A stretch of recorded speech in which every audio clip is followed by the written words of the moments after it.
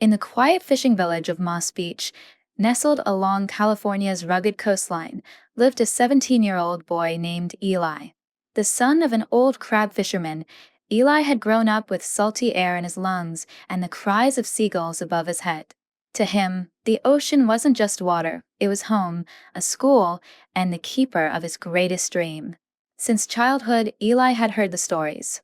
Late at night, when the boats returned and the fishermen gathered around fire pits, the elders spoke of a massive whale. Not just any whale, a true giant, bigger than any ship, with deep scars across its back and eyes that seemed to have seen the beginning of time. They called him Leviathan. Some believed he was the guardian of the sea. Others whispered that he carried the souls of lost sailors on his back. Most dismissed the tales as seafarers' myths, stories to scare children or pass the time. But Eli believed. And more than that, he wanted to see it with his own eyes. For months, he'd been secretly working on a boat of his own. Nothing fancy, just a rebuilt rowboat with a second-hand outboard motor, a gift from his uncle in San Francisco. Every spare moment he spent sanding, patching, and reinforcing it. Because deep down, Eli knew the truth. Leviathan was real. And he was out there. Unlike the other boys in town who obsessed over dirt bikes or surfing, Eli spent his nights with nautical charts, ancient journals, and fishermen stories, especially from the ones who never returned to sea. His mother often shook her head. "Don't dream too big, Eli. The ocean gives, but it also takes." But Eli didn't stop. Then, on a quiet morning in October, it happened. He was alone. The sea was eerily calm, almost too calm, and a heavy fog clung to the surface of the water. No other boats were out that day. Eli had ventured farther than ever before. And then, something moved beneath his boat. No sound, just a giant swell. He jumped to his feet, staring into the depths. Nothing but a massive shadow gliding silently beneath him. His heart pounded in his chest. Every part of him screamed. That was it. Leviathan. But could it really be true? Eli sat frozen in his small boat, surrounded by a silence so profound it felt almost unnatural. The fog had thickened further over the sea, and even the distant cries of seagulls had vanished. Only the gentle rocking of his boat reminded him that this was real. Whatever had passed beneath him moments ago was too enormous, too deep, and too alive to be a product of his imagination. He had heard the stories his entire life. But now, having witnessed something inexplicable, a mix of awe and a sensation he couldn't quite define filled him. It wasn't fear in the conventional sense. Rather, it was a profound, respectful shiver running through him. The shadow had disappeared, but Eli couldn't simply turn back. Something inside him burned. It was as though the ocean itself had called him, tested him. Maybe the whale had noticed him. Maybe it wasn't a coincidence that their paths had crossed, even if only for that brief moment. He decided to push further out to sea. The sun was slowly rising, pushing through the fog and turning the water into liquid silver. In the distance, Eli saw a pod of dolphins leaping, almost as if to encourage him. His boat was small, and the motor wasn't particularly powerful, but he trusted it. More importantly, he trusted himself. Hours passed. He followed ancient routes, ones fishermen had ventured on decades ago, according to the tales. Again and again, he scanned the water, looking for signs, a splash, a fin, maybe a song from beneath the surface. But it remained still. Gradually, doubt began to creep in. Had he imagined it all? Had it really been the legendary whale, or just a large fish, a current, or a play of light? Just as he was about to turn around, a soft, deep sound reached his ears, like a distant, low hum that seemed to come from the very depths of the world. He held his breath, staring at the water. And then it appeared again, a shadow, bigger than any creature he had ever seen, moving lazily in a circle around his boat. His heart raced, and his hands trembled slightly, but he remained calm. This time it was clear. It wasn't a coincidence. The whale was here, and it knew Eli was too. Eli stood upright in his small boat, even though the water beneath him had become more restless. The wind had picked up, and small waves slapped against the hull. but his gaze remained fixed on the sea, to where the gigantic shadow had reappeared earlier. He had no doubt left. What swam beneath the surface was not a figment of his imagination nor an ordinary animal. It was Leviathan, the legendary giant whale, whispered about by generations of fishermen.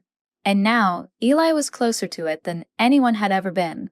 With trembling hands, he reached for the camera he had brought along, just in case. But as he looked through the viewfinder, he suddenly felt how wrong it was. Something inside him told him that this moment wasn't meant to be captured, it was meant to be understood. Then, as though the whale had sensed his thoughts, it rose. Slowly, majestically, it broke through the water's surface. First came a dark back, then a mighty arc, covered in ancient scars and encrusted with barnacles. Finally, a colossal spout shot into the sky, and the sound of the exhale reverberated like thunder through the stillness. Tears welled up in his eyes, not out of fear, but pure awe. Never in his life had he felt so small, and yet so connected to everything around him. He slowly reached for the net he always carried for smaller catches, though he knew how absurd it was. Even with a much larger boat, he could never capture this whale. But the thought of even attempting it suddenly filled him with shame. What would it mean to capture or hurt such a creature? Wasn't it far greater to let it live, to respect it, not to possess it, but simply to experience it? The whale dove once more, turned in a slow circle, and came back again. For a brief moment, its eye was visible, black, calm, ancient. It rested on Eli, like the gaze of a being that had seen everything, yet remained curious. Eli placed his hand on the side of the boat, leaned slightly forward, and whispered almost inaudibly, "Thank you." Then, the whale slowly turned away, gliding with barely a movement back into the depths, and disappeared. No noise, no farewell, just the silence of the sea, which slowly smoothed out as if nothing had happened. But Eli knew something had. Something monumental. Something that had changed him. He stayed on the sea for a long time before finally starting the engine and setting course back to land.